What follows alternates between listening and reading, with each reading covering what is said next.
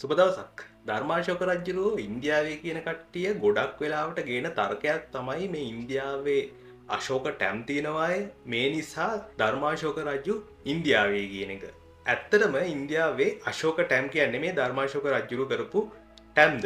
ඇත්තටම අශෝක රජුරු එහෙම ටැම් කරාද? අද අපේ මාතෘකාව ඒක.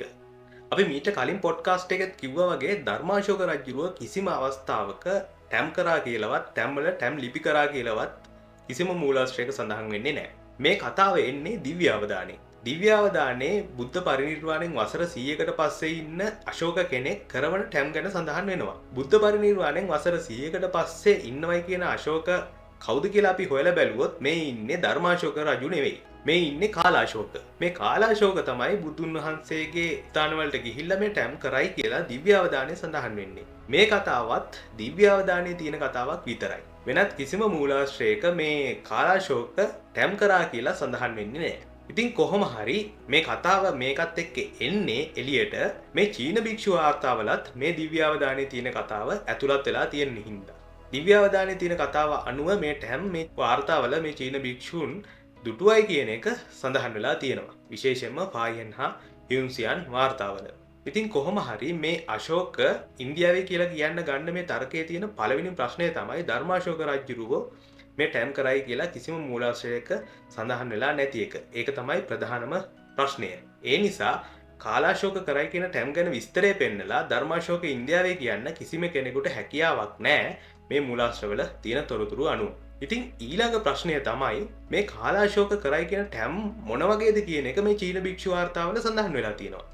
මේ කාලාශෝක කරයි කියන ටැම්වල ටැම් මේ ඉන්දියාවේ තියෙනවා වගේ සිලින්ඩරාකාර ටැම් නෙවෙයි. මේ ටැම් පැති 4කින් යුක්ත වෙලා තියෙන මේ පැති 4ම විවිධ කැටයම් වලින් අලංකාර කරලා තියෙන මේ පැති 4ම බුද්ධ රූප පවා කැටයම් කරලා තිබ්බ ටැම්. මේව ටැම් එකක්වත් ඉන්දියාවේ නම් දකින්න ලැබෙන්නේ නැහැ. මේක තමයි දෙවෙනි ලොකුම ප්‍රශ්නය.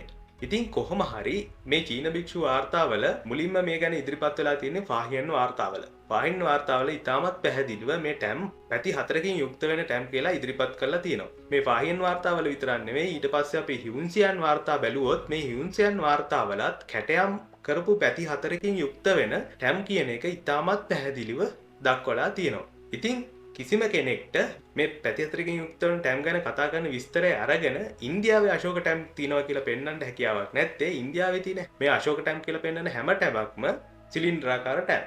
ඉතින් මේකෙන් අපිට පැහැදිලි වෙන දෙයක් තමයි මේ පසු කාලීනව ඉන්දියාවේ කෙරවෙන යම්කිසි රජෙක්ගේ නිර්මාණ තමයි මේ තියෙන්නේ කියන එක. ඉතින් මේ විදිහට මේ කරුණු එළිවිද්දී ඔන්න සුපුරුදු විදිහටම අර මිත්‍යාව පතුරන සමූහයේ පුද්ගලයෙක් මේ චීන භික්ෂු වාර්තාවල කියන මේ හතරැස් කුළුණු රවුම් කරන්න ලොකු මහන්සියක් අරන් තිනවා අපිට දකින්න ලැබුණා. හතරැස් කණුවක් ඉන්දියාව වෙනුවෙන් රවුම් කරන්න උත්සාහ කරනවා කියන්නේ මෙයාලා ගැන ඉතින් හිතා ගන්න මොන වගේ කට්ටියක්ද කියන එක. මෙයාලා කියනවා හතරැස් කියලා මේ චීන භික්ෂු වාර්තාවල කියලා තියෙන්නේ අර උඩ ඉන්න සිංහයාගේ පීඨිකාවලු. හරි අපි මෙයාලා කියනවා වගේ මේ සිංහයාගේ පීඨිකාව හතරැස් කියලා ගත්තයි කියමුකෝ. දැන් මේ කියන සිංහයාගේ පීඨිකාව හතර පැත්තේ කැටයම් තියනවද? බුද්ධ රූප තියනවද? කවද මහත්තයෝ මේ රවට්ටන්න හදන්නේ? පැහැදිලිව කණුවේ හතර පැත්තේ කැටයම් තිබ්බා කියලා පැහැදිලිව මේ මූලාශ්‍රවල තියෙද්දි පීඨිකාව හතරැස් කරන්න ගිහිල්ලා හත් පොලේ ගාගත්ත නේද ඔබතුමා? ඒකත් කමක් නැහැ කියමුකෝ. සංකස්සේදී රතු කණුවක් දැක්කයි කියලා මේ චීන භික්ෂු වාර්තාවල කියලා තියෙන්නේ ගුරු පාට කණු දැක්ක කියන එකලු. සිංහෙක්ලු ඉන්නේ. ඒ නිසා සියල්ල සමපාතයිලු. ඒ නිසා අශෝක රජු ඉන්දියාවෙලු. හරි මේකත් වරදින්නේ කොහොමද කියලා බලමුකෝ. හියුන්සියන් වාර්තාව අනුව සංකස්සේදී මේ දැක්කයි කියන මේ රතු පාට කණුව එසේ මෙසේ කණුවක් නෙමෙයි. ඊටම ඈතට දීප්තිය විහිදෙන විනිවිද පේන යම් රතු පාට පාෂාණයකින් කරවලා තිබ්බ කණුවක්. හරියට අර රතු ක්‍රිස්ටල් එකක් වගේ. ඒ වගේ මිත්‍රවරුනි මේ අද ඉන්දියාවේ සංකස්සය කියලා පෙන්වන තැන තියෙන කණුවේ ඉන්නේ සිංහෙකුත් නෙමෙයි. ඇතෙක්. එතනම මේ මහත්තයා අර සිංහයා සමානයි. ගුරු පාට පාෂාණමය කණුවක් ගැන මේ කියලා තියෙන්නේ කියලා කියපු බොරුවත් එතනම ඉවරයි නේද? සියල්ල සමානයි කියලා කියපු මේ හැල්ලම සම්පූර්ණයෙන් බොරුවක් නේද? ඔක්කොම මූලාශ්‍ර වලට පරස්පරයිනේ. මේ වගේ මූලාශ්‍ර අමු අමුවේ විකෘති කරමින් Tamanට හිතන මනස්ගත යොදාගෙන ඉන්දියාව වෙනුවෙන් මේ වගේ බොරු කියලා මිනිස්සු තවදුරටත් රවට්ටන්න පුළුවන් කියලා හිතනවා නම් ඒක හරිම මිහිලුවක්. මොකද දැන් රටේ ගොඩක් කට්ටිය මේ මූලාශ්‍ර ගොඩක් දුරට කියවන්න පටන් අරන් තියෙනවා. ඉතින් මිත්‍රවරුනි අපි ওই කට්ටියට කියන්නේ මේ මූලාශ්‍ර හොඳට අධ්‍යයනය කරලා බලන්න. මේ කට්ටිය මේ එකපාරටම මේ ඇවිල්ලා කියන බොරු හැම එකම එකපාරටම විශ්වාස කරන්න යන්න එපා. ඔය කට්ටියටම පුළුවන් මේ දේවල් හොයලා බලලා මොකද්ද ඇත්ත නැත්ත කියලා හොයලා බලන්න. ඉතින් මෙයාලට අපි ඉතිහාසය ගැන කතා කරන්න එන්න කිව්වම කිසිම අවස්ථාවක මෙයාලා ඒ අභියෝගේ බාරගන්නේ නැහැ. මේ පිරිස් දිගින් දිගටම මේ වගේ බොරු කියන ගමන් ඒ අභියෝග මගහරිමින් කටයුතු කරන්න උත්සාහ කරනවා. විශේෂයෙන්ම මේ Zoom සංවාද හරහා එන්නේ නැහැ කියන එක ඒ කට්ටිය පුණුපුණා කියනවා. මෙච්චර කල් අපිට Zoom එන්න කියලා පරසක්වල ගහපු අය තමයි අපි මේ ඉදිරිපත් වීමත් එක්ක දැන් මේ බය වෙලා දඟලන්නේ. හේතුව පැහැදිලි නේද? Zoom වලින් ආවොත් මේ වගේ මෙයාලා කියන මේ බොරු රටටම පෙන්වයි කියලා මේ කට්ටියට ලොකු බයක් තියෙනවා. ඉතින් ඒ නිසා මෙයාලා මොකද කරන්නේ? මෙයාලගේ තැන්වලට මෙයාලගේ පිරිස් වට කරගෙන ඉන්න තැන්වලට ෆිසිකලි අපිට එන්නලු. ඒ වගේ මේත් එක්ක මතක් කරන්න ඕනේ අපි කලිමුත් වැඩසටහන් වල පුනපුනා නැවත නැවත කිව්වා අපි ඕනිම අවස්ථාවක අපි කියන ඒවා අභියෝගයකට ලක් කරන ඕනිම පාර්ශවයක් එක්ක සාකච්ඡාවට සූදානම් කියලා. අපි ඒකට අපේම ප්ලැට්ෆෝම් එකක් හදලා තියෙනවා කියලත් කිව්වේ වරක් දෙවරක් නෙමෙයි. ඉතින් අපේ ප්ලැට්ෆෝම් එකට එන්න කැමති නැති කට්ටියට වෙන ඕනිම ස්වාධීන ප්ලැට්ෆෝම් එකක් යොදාගෙන මේක කරන්න පුළුවන්. මෙයාලා දැන් කියනවා එයාලට Zoom සාකච්ඡා වලට එන්න බෑලු. අපි Zoom වලට ආවම ෆිල්ටර් දාලා බෑග්ග්‍රවුන්ඩ් එඩිට් කරලා වොයිස් චේන්ජ් කරනවලු. මේ මිනිස්සයා අඩුම ලයිව් Zoom එකක් ජීවිතේට දැකලවත් නැතුවද දන්නේ මේ වගේ රට්ටු හිනස්සන කතා කියන්නේ. අනිත් එක අපි මේ Zoom එකට එනවනම් අපි ඒ කට්ටිය යෝජනා කරන ස්වාධීන තැනකට උනත් එන්න සූදානම් කියලා මෙච්චර කියලා තියෙද්දිනේ මේ වගේ ජෝක් කරන්නේ මේ කට්ටිය. වෙන ස්වාධීන තැනක මේක කරනවා නම් අපිට පුළුවන් දේ ඒ තැන් වලට ගිහිල්ලා ලයිව් යන Zoom එකක් එඩිට් කරන්න. අනික මේක යන්නේ ලයිව් කියන එක ඊටම පැහැදිලිව අපි කියලා තියෙනවානේ. ඕනිම කෙනෙක්ට සහභාගී වෙන්න පුළුවන් විදිහට, ඕනිම කෙනෙක්ට ප්‍රශ්න අහන්න පුළුවන් වෙන විදිහට තමයි මේක යන්නේ. අනිත් එක වැදගත්ම කාරණේ අපිට ෆිසිකලි ගිහිල්ලා කරන්න බැරි හේතුව මොකද්ද?